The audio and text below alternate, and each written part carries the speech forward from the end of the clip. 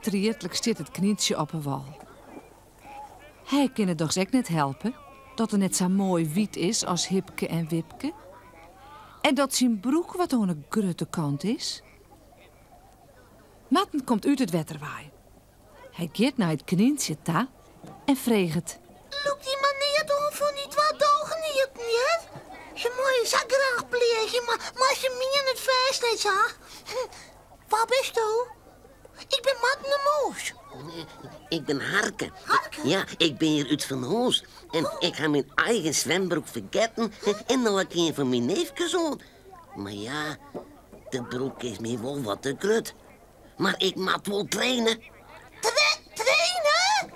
Waar dat voor? Voor de Knienenboske zwemwedstrijden verzeld. Maar wat is toch alleen maar de oude best nog mooi? Hé, wacht eens even. Toen is Harke de hutzwemmer. Ja. Oh, echte Harke. Ja. Oh, net je kent het zo goed als hij. Dat ik lezen thuis nog in de krant te lezen. Matten kan het nog net uit. Dat weten Hipke en Wipke echt net. Oors zien ze het plegen wel litten. Ineen beginnen Matten zijn eetjes te glinsteren. Hij had een heel mooi plan. Wipke! Wipke! Kom hier eens! De twee knietjes zeggen nu voorop. Wat wil Matten maar die heel wieze knie, maar die gekke zwembroek aan. Maar ze binnen zo nieuwsgierig en rennen dochs maar op Matten ta. Dit is Harke, jongens. Ja, Harke Dropke. Harke, nee, Harke heet het. Nou, en hij wil graag mooi zwemmen. Dat kan wel niet. Best zo net wezen, Matten. Die knie is allemaal heel als het is. Nou, wat let dat? Hij is die zwembroek wil zien. Ja, hoor.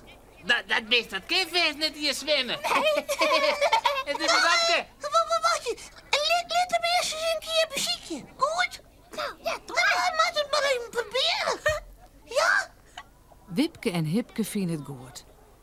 Kunnen ze haast Harke uitlaatje als het op neer lieket. Ze gnuwen nou al. Maar dat pakt alles uit. Harke neemt een oorloop en zweeft een heel eind door de lucht. Gassie! Maar een prachtige doek komt er wel jel wie het marken. Maar grutte slagen zwemt Harke naar de orenkant en dan weer waarom. De bekjes van Wipke en Hipke vallen iepen. Dit is net weer. San Dropke knie. Maar San broek. En die kan zo hut zwemmen? Nou, en? Kan hij zwemmen of niet?